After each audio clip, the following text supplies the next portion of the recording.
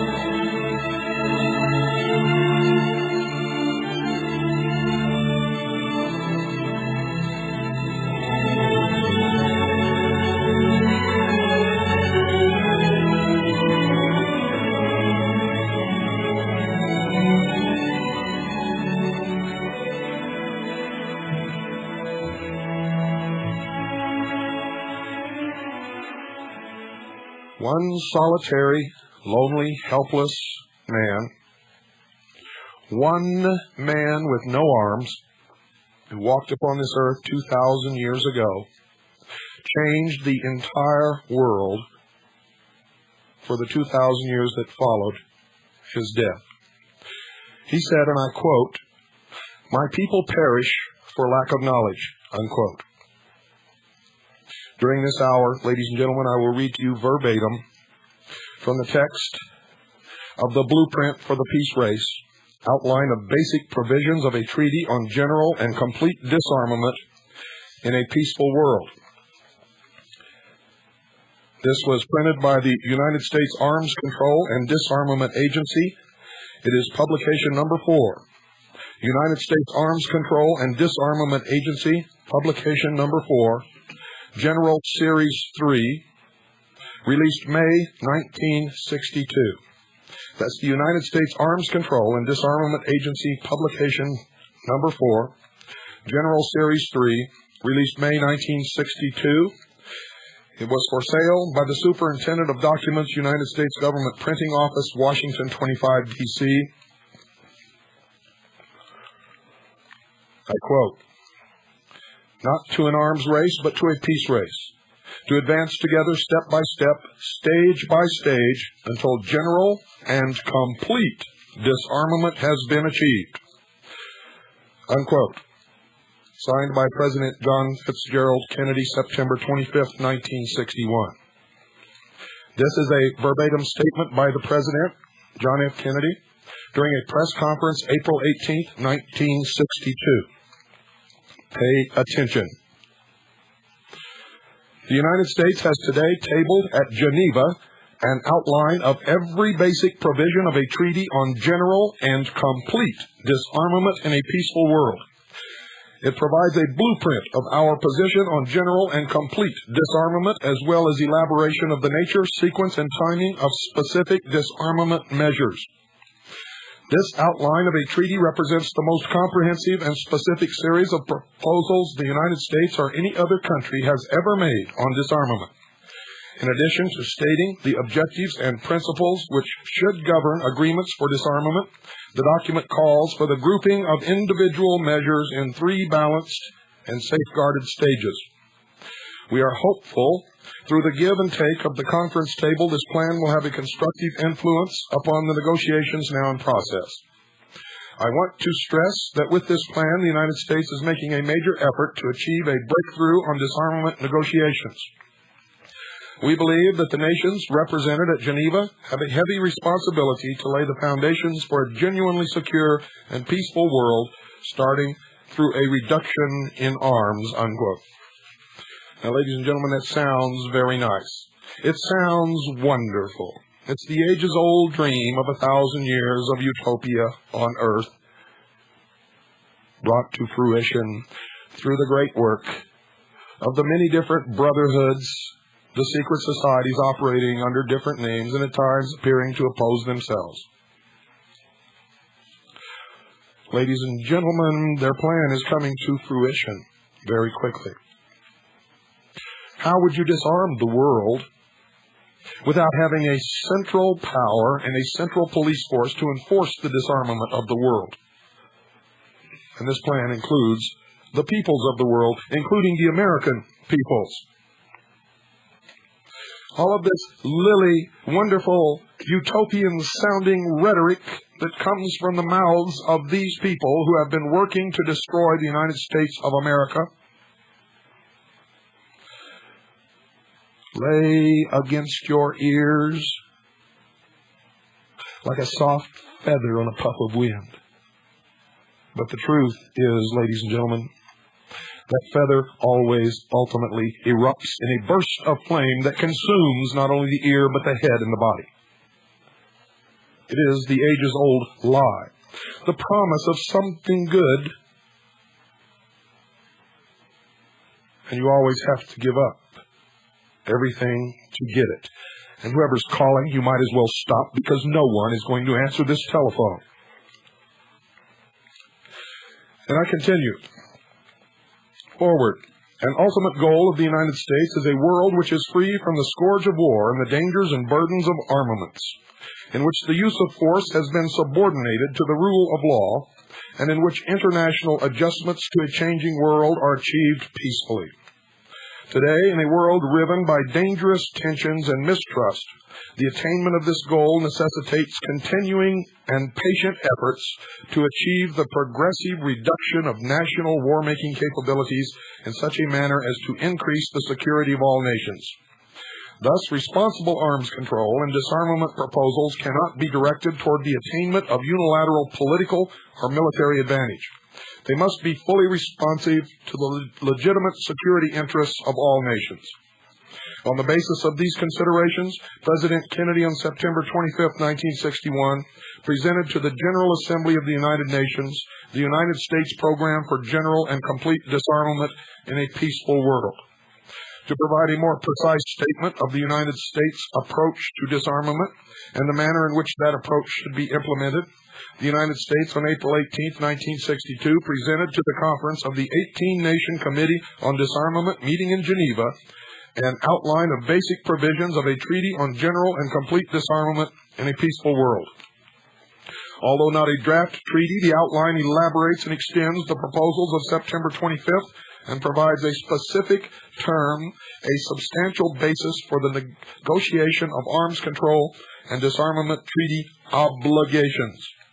The principal provisions of the United States outline are described in the summary that follows.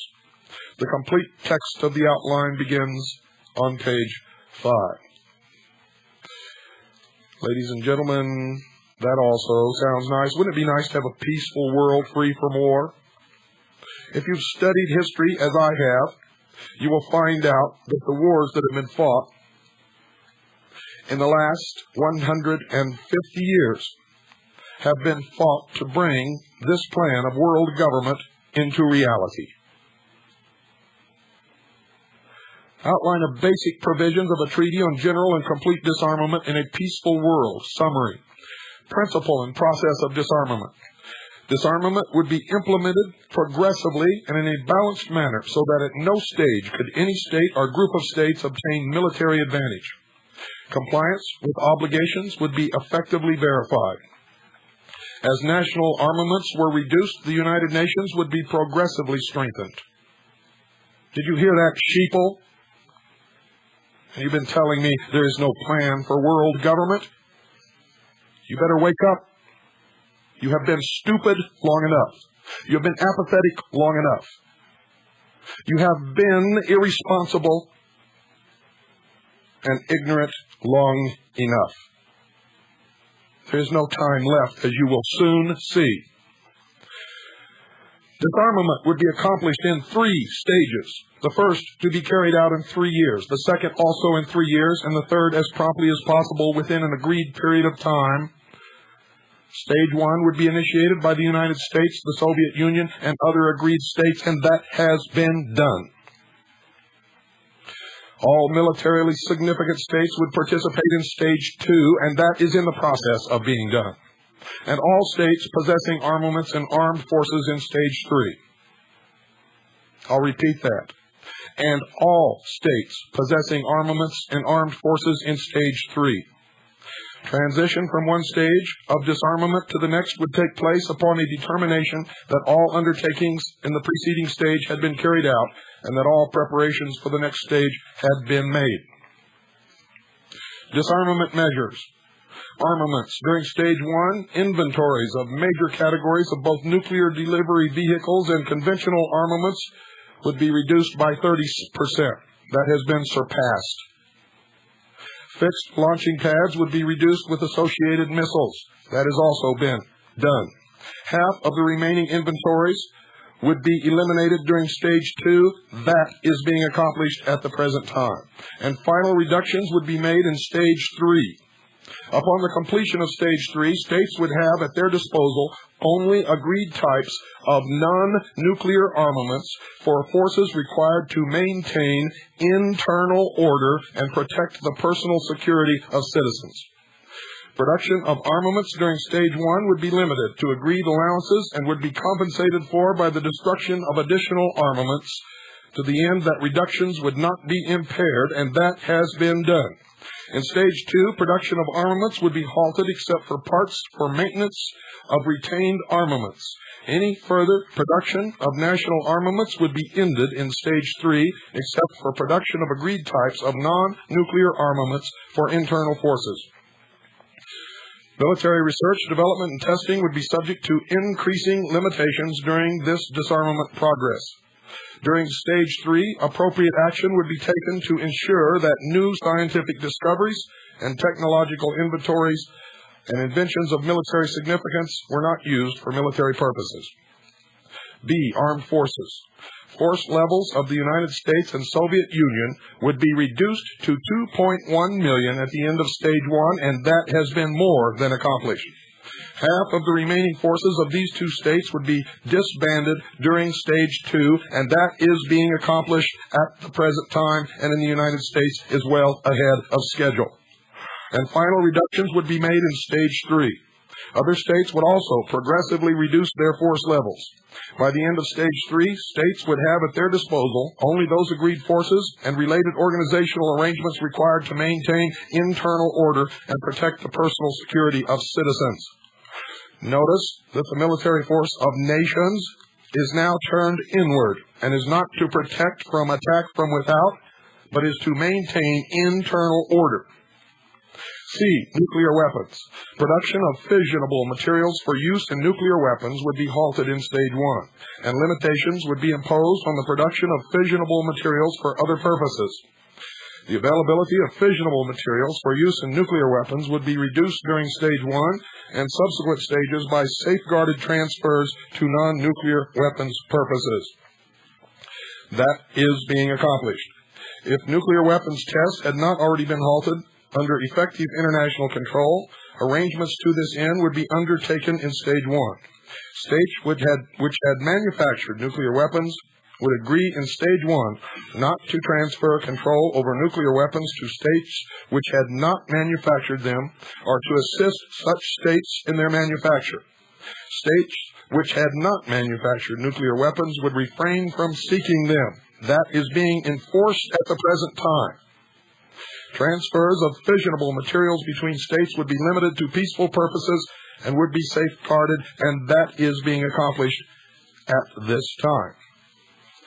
Ladies and gentlemen, President Clinton has proposed to resume nuclear testing, and I make this prediction, not because anyone has told me, not because I'm involved in any of this, but because I know the brotherhoods. If he indeed resumes the testing of nuclear weapons, he will not live to finish out this term.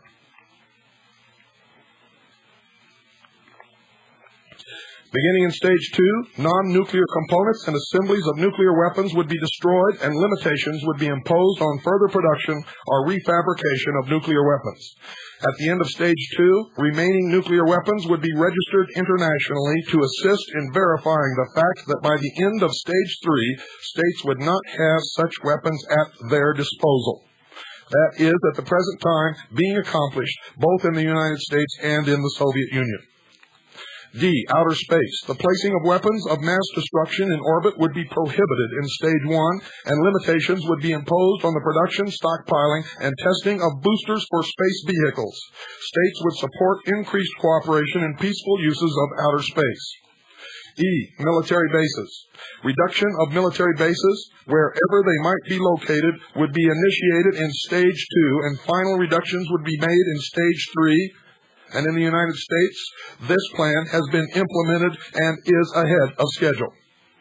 F. Military expenditures. Military expenditures would be reported throughout the disarmament process, and that is not only being carried out, but it is public information. Verification. The verification of disarmament would be the responsibility of an international disarmament organization which would be established within the framework of the United Nations, and that has been done, and that organization is monitoring the disarmament of the major superpowers. Reductions of armaments and armed forces would be verified at agreed locations, and limitations on production, testing, and other specified activities at declared locations.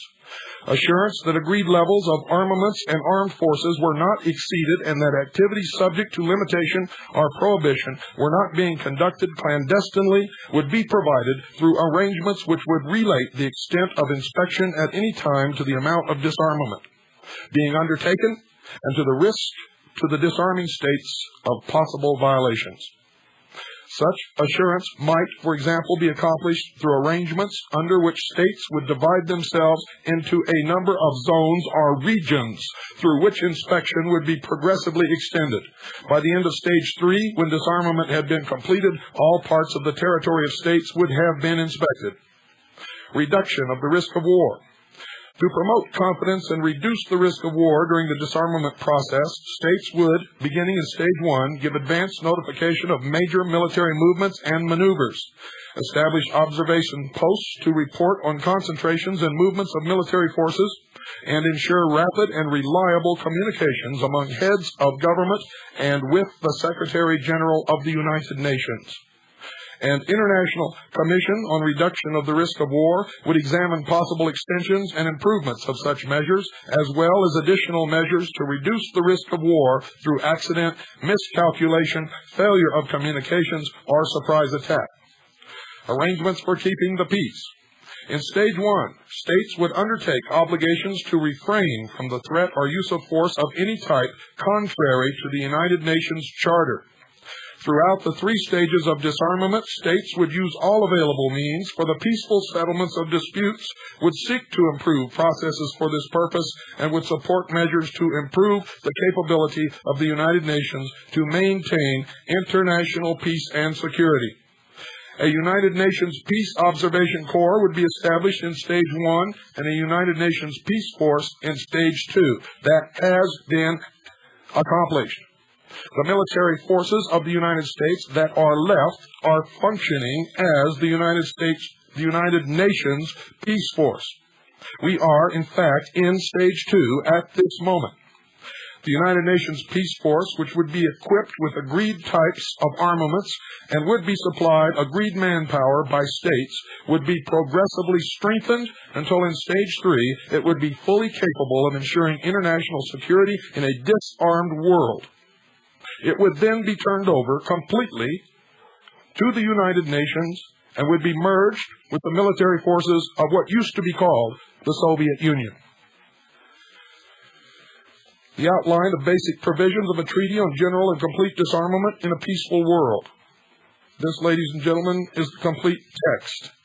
I will read selected portions of this complete text, simply because it's long. But you will get the message, and you will be able to obtain this entire text. In order to assist in the preparation of a treaty on general and complete disarmament in a peaceful world, the United States submits the following outline of basic provisions of such a treaty. A. Objectives. 1. To ensure that A. Disarmament is general and complete. War is no longer an instrument for settling international problems. And B. General and complete disarmament is accompanied by the establishment of reliable procedures for the settlement of disputes and by effective arrangements for the maintenance of peace in accordance with the principles of the Charter of the United Nations. You people better wake up. I'm putting my life on the line for you. You better wake up. 2, taking into account paragraphs 3 and 4 below to provide with respect to the military establishment of every nation for A. Disbanding of armed forces, dismantling of military establishments, including bases, cessation of the production of armaments, as well as their liquidation or conversion to peaceful uses. Elimination of all stockpiles of nuclear, chemical, biological, and other weapons of mass destruction and cessation of the production of such weapons. C. Elimination of all means of delivery of weapons of mass destruction. D. abolition of the organizations and institutions designed to organize the military efforts of states, cessation of military training, and closing of all military training institutions. E, discontinuance of military expenditures. Paragraph 3, to ensure that at the completion of the program for general and complete disarmament, states would have at their disposal only those non-nuclear armaments, forces, facilities, and establishments as are agreed to be necessary to maintain internal order and protect the personal security of citizens. To ensure that during and after implementation of general and complete disarmament, states also would support and provide agreed manpower for a United Nations peace force to be equipped with agreed types of armaments necessary to ensure that the United Nations can effectively deter or suppress any threat or use of arms, which means there will no longer be a United States of America, for we will have no sovereignty, and the United Nations Charter will be the supreme law of the land, and I tell you now, it already is and has been for some time. I already told you, don't bother calling. We are not going to answer the phones. We have too much information to give to you. I don't care how angry this makes you. I don't care what you think about it. I don't care if it scares the living hell out of you. I'm going to continue. And you're going to hear all of it, or you can turn off your radio, go in your closet, put a blanket over your head, close the door and lock it, and stay there. Because some of us are damn mad about this, and we are going to stop this socialist takeover of the United States of America. For those of you who think that I may be against peace in this world, you're not playing with a full deck of cards. I am for peace in this world, if we have a voice in deciding how it's going to be accomplished. If we have a voice in deciding whether or not we're going to give up our Constitution, our Bill of Rights, our Creator-endowed rights protected by that document, the only document, by the way, in the entire world that ever set man free on the face of this earth. There is no Bill of Rights in the United Nations Charter. There is a clause that outlaws religion unless they are legal. The United Nations has only approved one religion in its history. You go research it. Don't call us and ask what it is. You get off your butts and do some of the work. You've got to help, folks. You must help. We don't have any time left. There's no time left, period. Paragraph 5, to establish and provide for the effective operation of an international disarmament organization within the framework of the United Nations for the purpose of ensuring that all obligations under the disarmament program would be honored and observed during and after implementation of general and complete disarmament.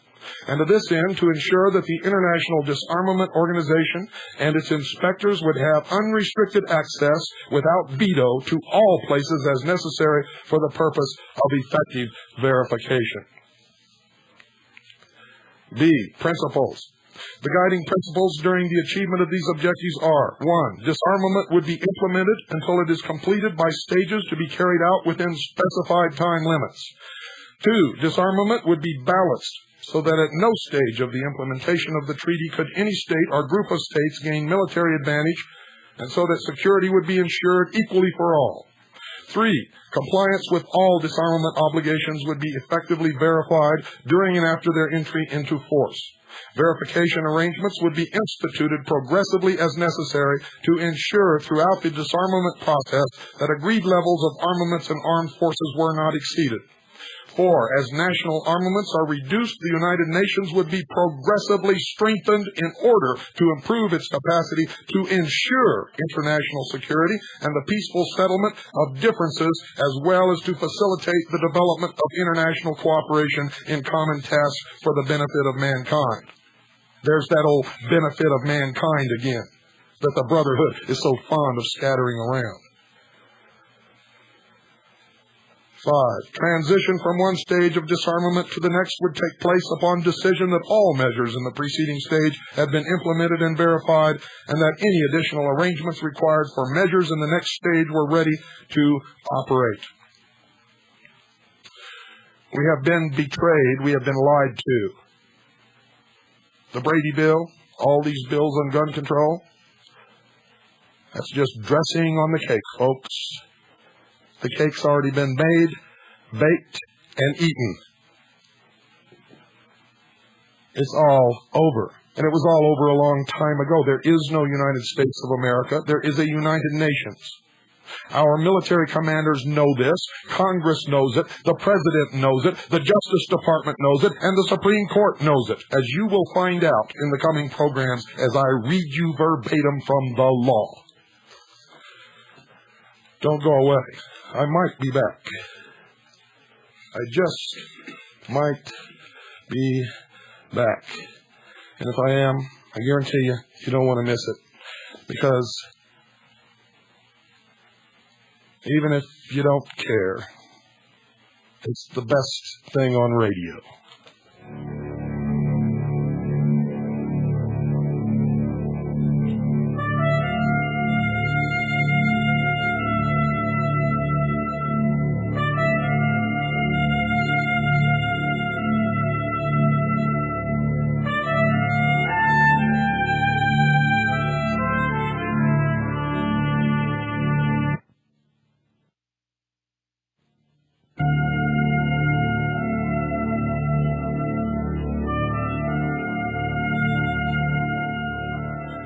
As each episode of The Hour of the Time reveals more of this absolute proof of the treason and the traitors who are destroying this nation and bringing about a one-world totalitarian socialist government,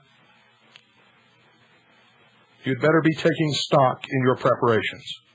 You need 2 years' supply of food, which we used to furnish at the cheapest price in the entire country. We no longer do that because not a single one of you took advantage of it. So you'll have to go somewhere else, but you must do it. Regardless of where you get it, you must do it. You need 2 years' supply of fresh, clean water, and you must be able to keep it fresh and clean. You need to take stock of your first aid supplies. You need to take stock of all emergency equipment, batteries, generators, anything that you can possibly foresee that you could need if there were a total economic and societal breakdown in this country, if there were a civil war. Because I guarantee you, ladies and gentlemen, based upon what I have in front of me, there will be. Not because I say so, not because I want one. It's always been our purpose to try to prevent it. But I'm telling you now, it's too late. It's going to happen. Because you were too slow in waking up. It's beyond accomplishing the restoration of the Constitution by any political means, I can assure you. It's a done deal. It's already gone. It's been gone for years. You need to protect your monetary or financial assets, and there's only one thing in the history of the world that's ever done that, folks. That's precious metals in its various forms. And don't get sucked in by these other people out there. Call Swiss America Trading. I have people call me all the time, say they call Swiss America Trading. They gave them what they thought was a good deal. For instance, one lady was going to buy a St. Gaudens $20 gold piece. I think she was going to pay about $800 or $900 for it. She called around to check the price to make sure she was getting a good deal. Viking International Trading told her that she was getting cheated, getting gypped, getting taken. She says, "What do you mean?" He said, "I can sell you the same coin for $600. Hundreds of dollars less than what you're paying for it." She said, "Oh, well, is it the same grade, MS-63? He said, "Oh, yes, same grade, MS-63 or 64. I forget what it was. Might have been MS-65. I forget. He said, "Yeah, it's the same grade." So she called the research center and talked to Carolyn. Carolyn said, "You better not do that until you talk to Gene Miller." So she called Gene Miller and talked to him, and she found out the truth. You see, most of you know nothing about numismatic coins, and you're an easy mark for crooks. An easy mark. You see, the coin that Swiss America Trading was going to sell her was a rare coin. Very few coins exist at that grade of that specific coin of that year. Oh, yeah. Viking International Trading was going to sell her the same coin, all right. St. Gaudens, $20 gold piece. Ladies and gentlemen, But it wasn't the same year. It was another year in which many of them were minted and they're all over the place. And yeah, they could sell it to them cheaper because it's a cheaper coin. But see, she didn't know that. And neither do you.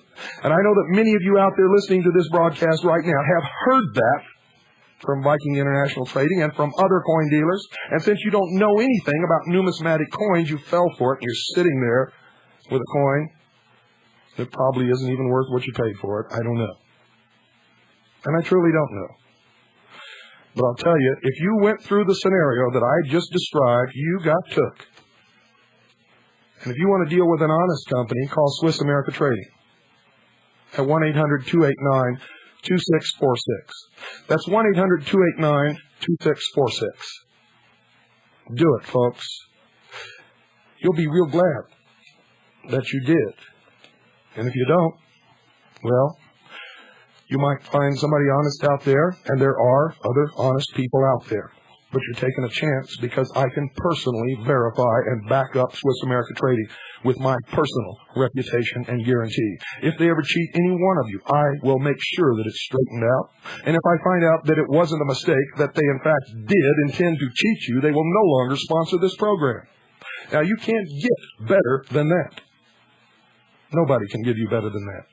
Call in now, 1-800-289-2646. That's 1-800-289-2646. You'll be glad that you did.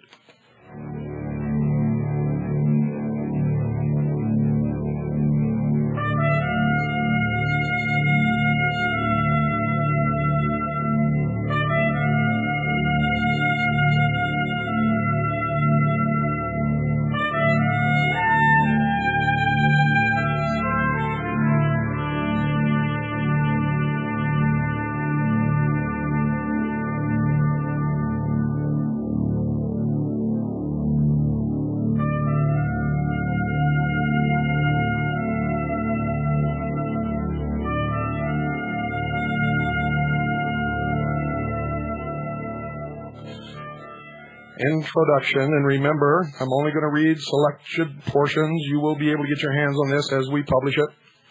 And even if we don't publish it, if you're diligent in your research, you will find your own copy without having to go through with us, and then you'll know that we did not make this up, and that's the way that I prefer that you do it. Introduction. The treaty would contain 3 stages designed to achieve a permanent state of general and complete disarmament in a peaceful world.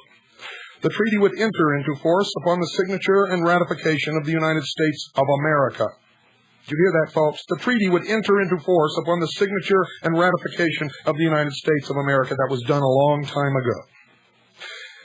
The Union of Soviet Socialist Republics, and that was done a long time ago, and such other states as might be agreed.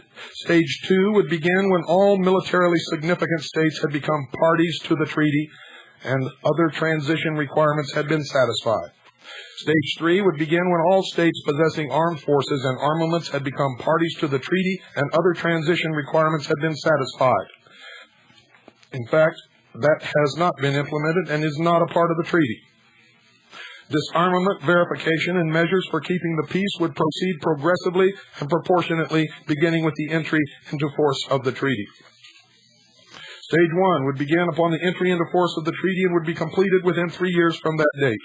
During Stage 1, the parties to the treaty would undertake 1, to reduce their armaments and armed forces and to carry out other agreed measures in the manner outlined below. 2, to establish the International Disarmament Organization upon the entry into force of the treaty in order to ensure the verification in the agreed manner of the obligations undertaken. And 3, to strengthen arrangements for keeping the peace through the measures outlined below. Stage 1 took much longer than 3 years. You can mark the beginning of the signing of the treaty by the date that the International Disarmament Organization under the United Nations was created. We are now in Stage 2, ladies and gentlemen. Armaments, reduction of armaments. Specified parties to the treaty as a first stage toward general and complete disarmament in a peaceful world would reduce by 30% the armaments in each category listed in subparagraph B below, except as adjustments for production would be permitted in Stage 1 in accordance with paragraph 3 below. Each type of armament in the categories listed in subparagraph B would be reduced by 30% of the inventory existing at an agreed date. That has been accomplished. I'm going to skip a little bit now.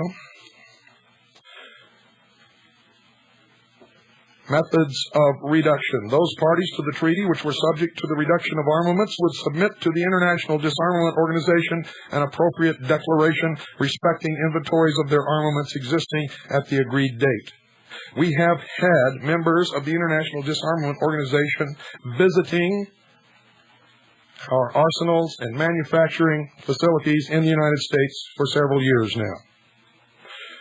B, the reduction would be accomplished in 3 steps, each consisting of 1 year. 1/3 of the reduction to be made during Stage 1 would be carried out during each step. During the first part of each step, 1/3 of the armaments to be eliminated during Stage 1 would be placed in depots under supervision of the International Disarmament Organization. During the second part of each step, the deposited armaments would be destroyed or, where appropriate, converted to peaceful uses. That has been done. In accordance with arrangements which would be set forth in a treaty annex on verification, the International Disarmament Organization would verify the foregoing reduction and would provide assurance that retained armaments did not exceed agreed levels. That's been done. Let me skip over to something.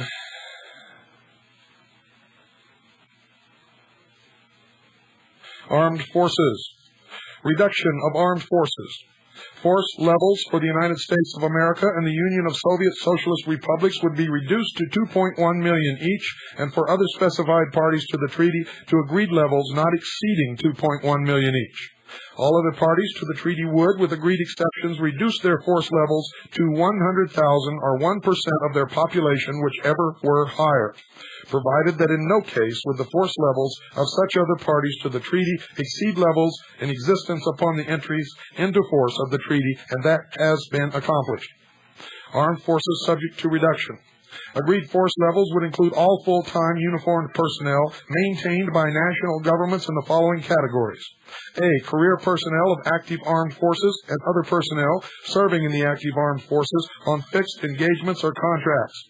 B, conscripts performing their required period of full-time active duty as fixed by national law. C, personnel of militarily organized security forces and of other forces or organizations equipped and organized to perform a military mission. And, of course, I'm going to skip over the part of nuclear weapons and outer space. Military expenditures. The parties to the treaty would submit to the International Disarmament Organization at the end of each step of each stage a report on their military expenditures. Such reports would include an itemization of military expenditures. So if they're doing that, folks, what is all this bullshit about national security, secrecy on the military expenditures when they're turned over to the United Nations? This is absolutely amazing. Specified parties to the treaty would undertake the exchange of military missions between states or groups of states in order to improve communications and understanding between them. Specific arrangements respecting such exchanges would be agreed. That has been going on for several years. We have military officers attending the Russian military academies. They have military officers attending our military academies.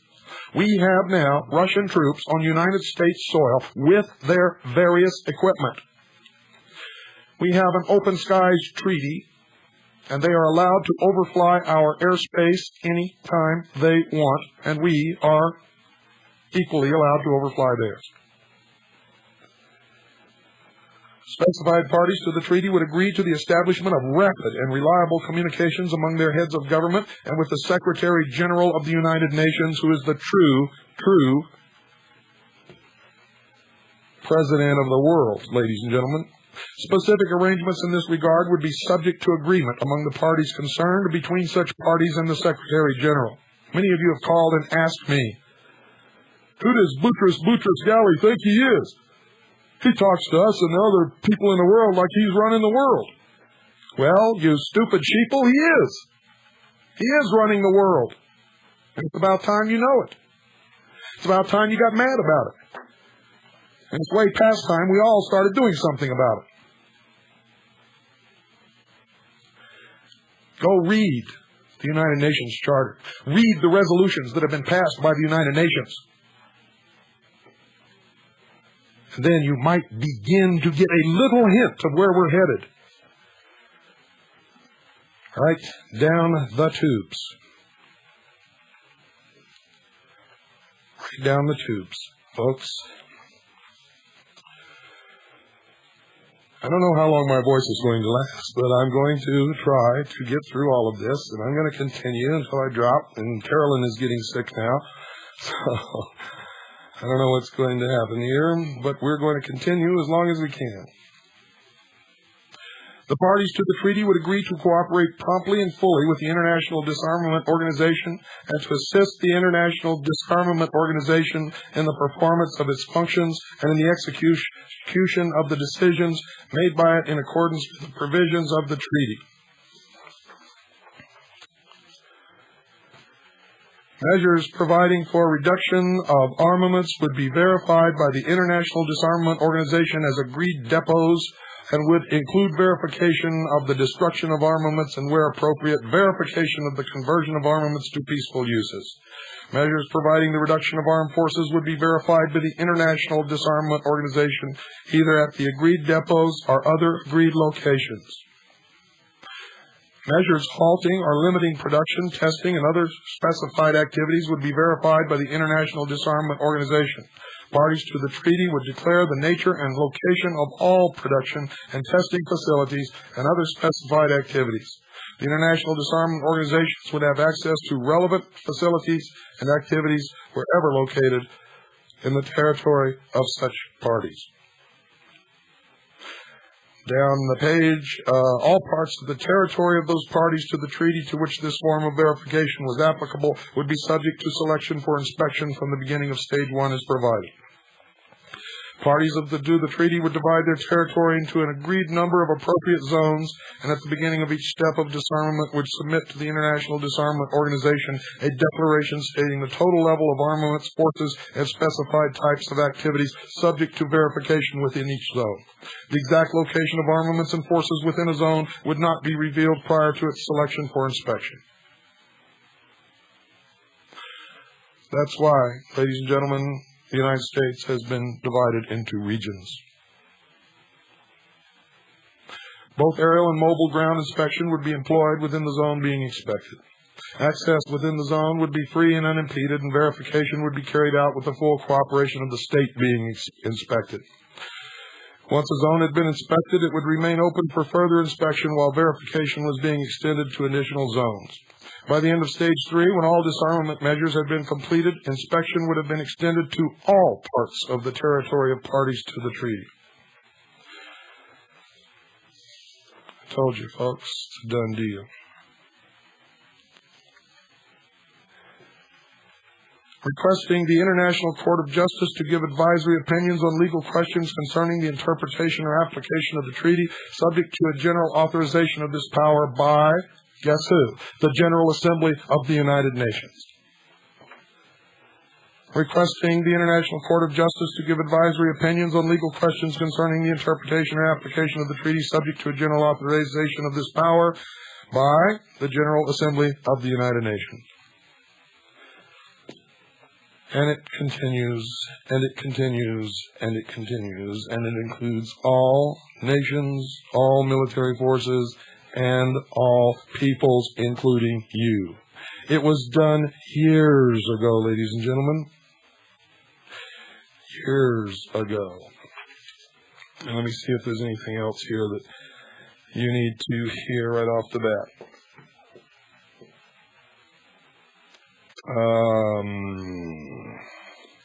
Yes, here we go. United Nations Peace Force.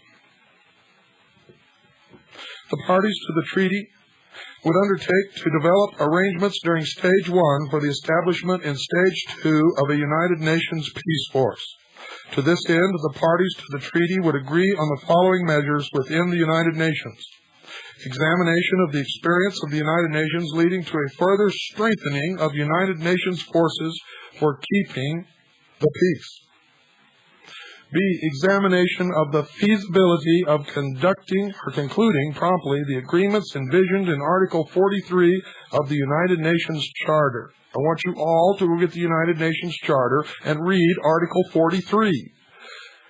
Then, when you have sufficiently recovered, stay tuned for the next hour of the time. Conclusion of an agreement for the establishment of the United Nations Peace Force in Stage 2, including definitions of its purpose, mission, composition and strength, disposition, command and control, training, logistical support, financing, equipment, and armaments. The United Nations Peace Observation Corps. The parties to the treaty would agree to support the establishment within the United Nations of a Peace Observation Corps staffed with a standing cadre of observers who could be dispatched promptly to investigate any situation which might constitute a threat to or breach of the peace. Elements of the Peace Observation Corps could also be stationed as appropriate in selected areas throughout the world. If upon the expiration of such period, that's after Group 1 or Stage 1, 2, and 3 is passed, one or more of the permanent members of the Control Council should declare that the foregoing circumstances did not exist, the question would be placed before a special session of the Security Council. Transition to Stage 2 would take place upon a determination by the Security Council that the foregoing circumstances did in fact exist.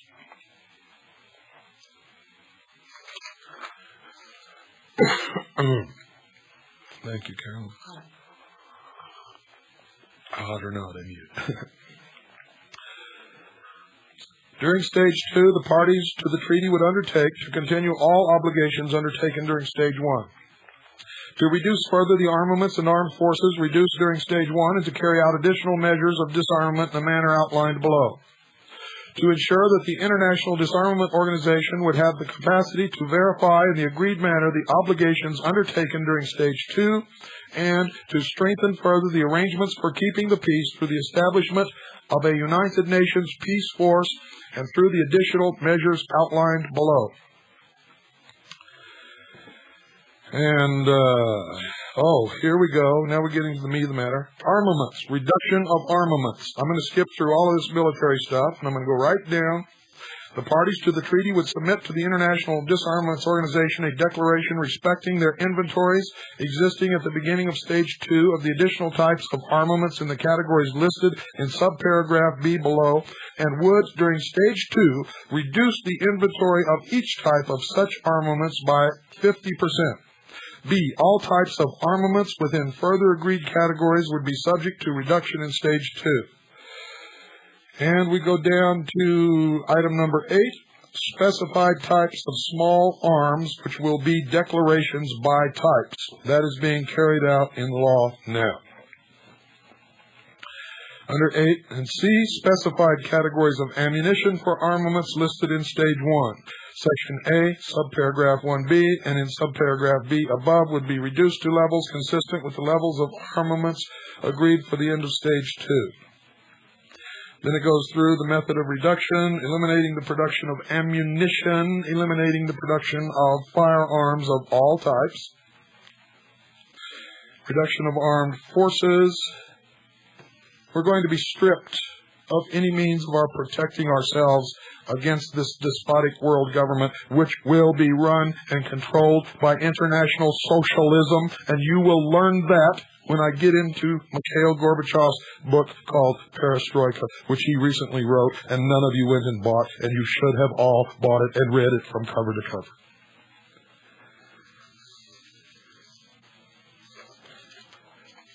Military bases and facilities. The parties to the treaty would dismantle or convert to peaceful uses agreed military bases and facilities wherever they might be located. We have not only dismantled or converted to peaceful uses many of our military bases throughout this country, but we gave one to Mikhail Gorbachev, the Presidio in San Francisco, and he is sitting there now laughing at us. It is the headquarters of the Gorbachev Foundation. You know what the goal of the Gorbachev Foundation is? Oh, dear sheeple, if you only knew, if I could just shake you and wake you up, if I could just do something to make you understand what it is that we're losing. If we were given a hand in this, if we were allowed to participate and debate and help form what is coming, we might be able to create something good. Just the fact that it is being brought about through lies and deception and manipulation, and the death of many, many good people around the world, tells me that there's nothing good about it. In fact, it smells so bad, I can smell the stench right here in our studios under the clear, beautiful blue Arizona skies. It's rotten. The people who are bringing about it are liars and deceivers. They are rotten. Remember,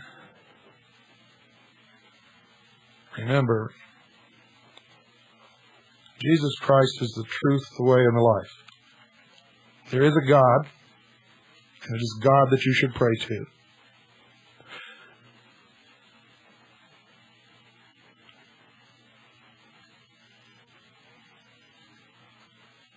Lucifer, Satan, is the great deceiver. Anything born from so many lies and so much deception and so much manipulation is born of Lucifer.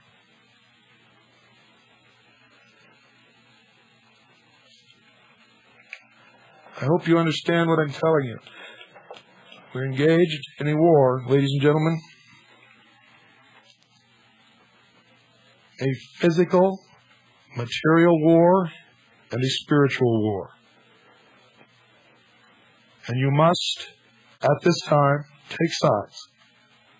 You cannot wait any longer. You must take sides. We are at the fork in the road.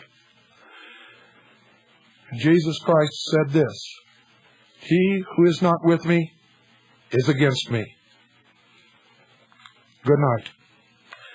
And God bless you all.